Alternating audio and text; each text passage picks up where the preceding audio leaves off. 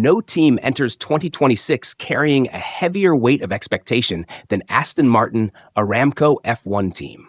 A new factory, Adrian Newey's technical leadership, a two-time world champion in Fernando Alonso, a full manufacturer partnership with Honda, and near unlimited financial backing from Lawrence Stroll combined to create the image of an organization ready to fight at the front.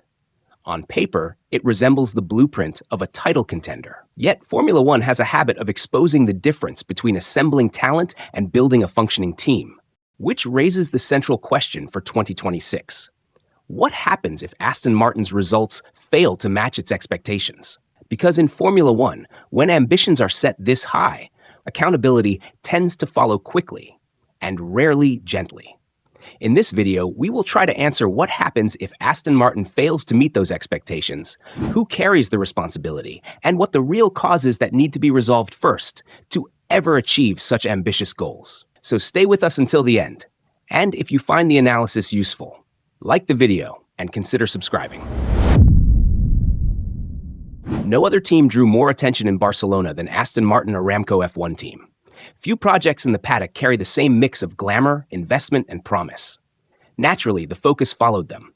In many ways, the established order, Mercedes-AMG Petronas Formula One team and Scuderia Ferrari quietly accumulating laps, felt almost secondary. All eyes were on Adrian Newey's new creation, and visually, it did not disappoint. The car looked radical, tightly packaged, and unconventional. Even rivals paused to study it. The media spoke of innovation. From a design perspective, it was arguably the most intriguing machine in the pit lane. But Formula One does not reward intrigue. It rewards execution. And here, the picture was less convincing. Mercedes looked composed and procedural, logging heavy mileage and moving smoothly from reliability checks into setup refinement. Ferrari followed the same disciplined rhythm. McLaren F1 team appeared settled and efficient, recovering from early issues to complete one of the busiest final days of the week. All three behaved like organizations already in control of their programs. By contrast, Aston Martin felt different. The car appeared later than most. Mileage remained modest. Much of the running focused on systems validation rather than optimization or performance work. There were no dramatic failures, nothing visibly wrong, but there was also little sense of momentum. While others were fine-tuning, Aston Martin still seemed to be confirming that everything simply worked. In Barcelona, Mercedes, Ferrari, Red Bull, and McLaren looked ready to optimize. Aston Martin still looked like it was building the foundation. We will see how Aston Martin copes during the first two official testing sessions in Bahrain Grand Prix this February. But from the early signals so far, Aston Martin already appears a step behind the competition and, more importantly, behind its own expectations. Expectations too high. Before the first meaningful conclusions could even be drawn, Fernando Alonso offered a revealing insight into Aston Martin's winter. He described the process of getting the new car ready as very, very intense, with development running late and final details still being completed close to the deadline. It was not the language of a team calmly refining a finished package, but of one still racing the clock. And with Adrian Newey known for pushing design decisions to the very last moment in pursuit of perfection, that tension was perhaps inevitable. It was a small remark, but it carried weight. Because the real challenge facing Aston Martin is not simply the car itself, it is the narrative surrounding it. From ownership down, the objectives have been framed in unusually direct terms. Lawrence Stroll has made little effort to lower expectations. The ambition is immediate success. Race wins, championship contention, and ultimately the credibility to attract a driver of Max Verstappen's caliber. These are not gradual developmental goals. They are front-loaded demands set against a tight time frame. The problem is that Formula One rarely rewards speed of ambition. Even the most efficient organizations on the grid, Mercedes-AMG Petronas Formula One team, Red Bull, Ferrari, and McLaren F1 team, required years of continuity before turning potential into sustained results. Their success was not built on one winter or one recruitment cycle, but on stable structures, experienced leadership, and repeated learning. Performance in modern Formula One is cumulative. It compounds over time. Aston Martin, by contrast, is attempting to compress that entire process into a much shorter window, to buy the infrastructure, hire the talent, and leap directly to the front. History suggests that shortcuts rarely exist in Formula One, and Aston Martin F1 team has already learned that lesson the hard way, because as everywhere in this sport, time is money. And when time runs out, those at the very top begin looking for accountability. That is when the blame game begins. The untouchables. When pressure rises inside a Formula One team, accountability is rarely distributed evenly. It never has been.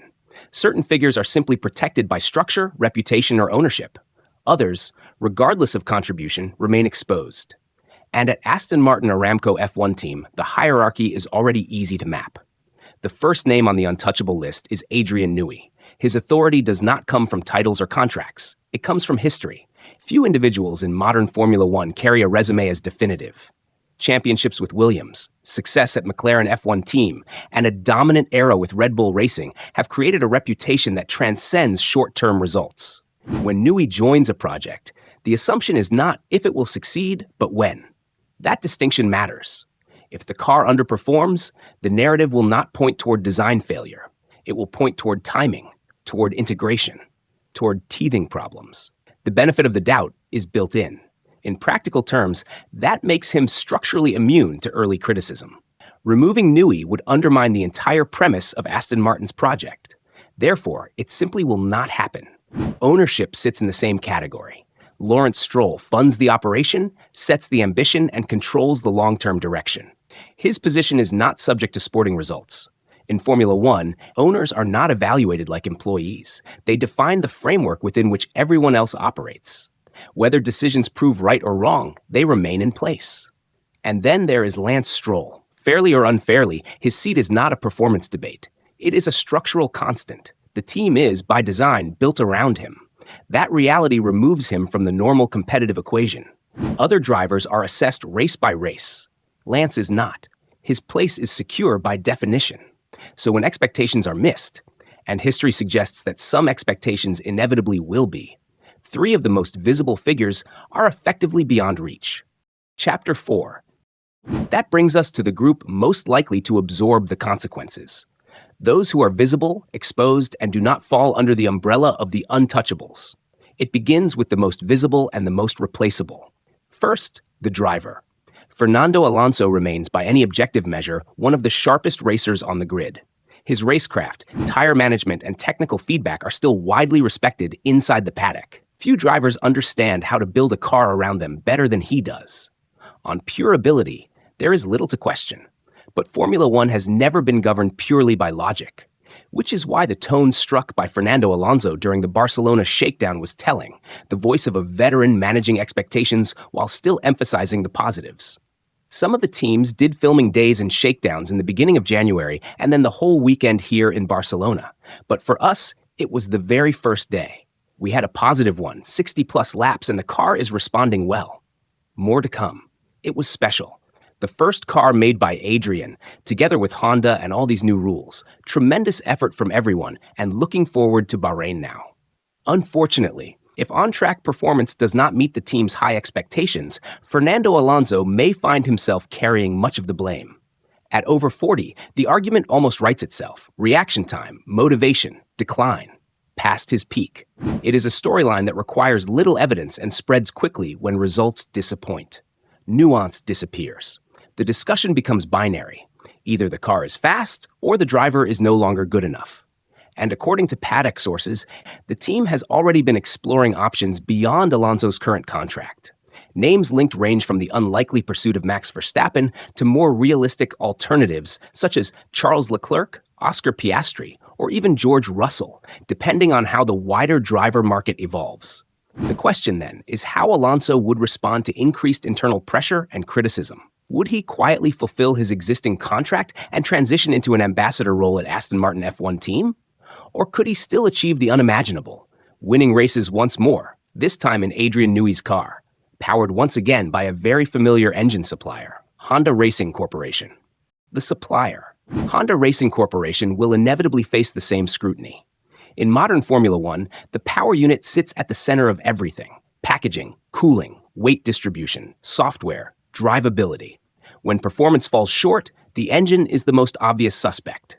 A few kilometers per hour on the straight, A reliability issue or a difficult integration with aggressive aerodynamics quickly becomes evidence.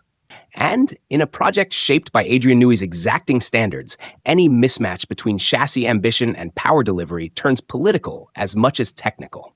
There are already quiet indications inside the paddock that Honda may be starting from behind. The reasons are structural as much as technical. Honda's return to Formula One came late. After initially withdrawing, much of its F1 division was dissolved and staff reassigned, only for the company to recommit for the new regulations and partner with Aston Martin F1 team. That stop-start process cost continuity, momentum, and experience, while rivals were already deep into development. The power unit cost cap compounds the problem. With spending tightly limited, there is no longer a straightforward way to accelerate progress and recover lost ground. There are also genuine technical unknowns. The new battery systems, now central to performance under the 2026 rules, have reportedly presented challenges. Fuel introduces further risk, with first-time F1 supplier Aramco entering a field where established partnerships often deliver marginal gains. Most significantly, several of Honda's historic strengths no longer apply.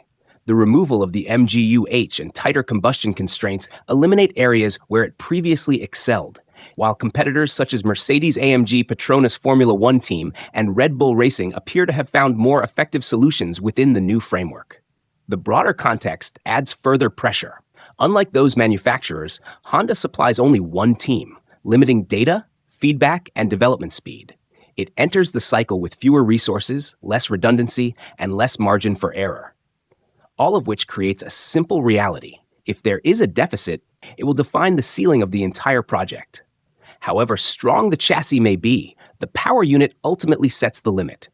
And when expectations are high, supplier relationships in Formula One rarely enjoy patience. Designers are protected, ownership is protected, drivers have political backing. The engine partner is often the easiest target, which means that if Aston Martin falls short, Honda, alongside Fernando Alonso, is likely to carry the earliest and loudest share of the blame. Both are exposed, and once results arrive, the consequences will be immediate. Over to you. This is the uncomfortable reality. The expectations placed on Aston Martin may simply be too high, too soon. Winning immediately, fighting for titles instantly, attracting Max Verstappen. Those goals assume perfection, and Aston Martin is already behind in offering even a hint of perfection. In a field this competitive, every level must perform at its peak, from the drivers to management to ownership. If one part falls short, the whole project slows. 2026 may yet prove to be another transitional year for the team based in Silverstone, because the deeper foundations, leadership, structure, stability, are still evolving. But if results don't match the promises, consequences follow. So over to you. Can Aston Martin deliver, or is it simply too soon? And can the blame game be avoided entirely? Share your thoughts below. And if you enjoyed the analysis, like, subscribe, and follow for more F1 coverage. Thanks for watching.